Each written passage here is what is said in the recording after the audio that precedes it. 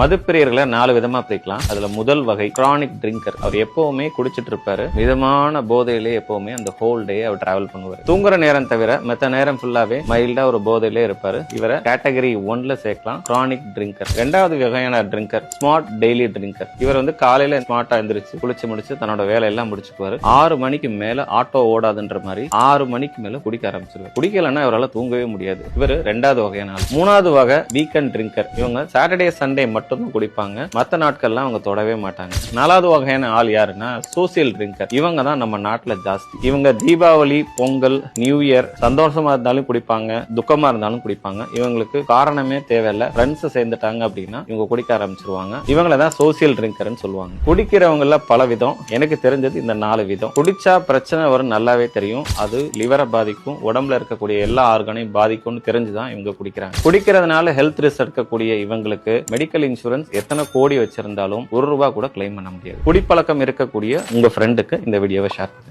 Medical insurance சம்பந்தமான முக்கியமான விஷயங்கள் நீங்க தெரிஞ்சுக்கிறதுக்கு என்னோட பேஜ் ஃபாலோ பண்ணுங்க. உங்கள் மருத்துவம் எங்கள் செலவில்.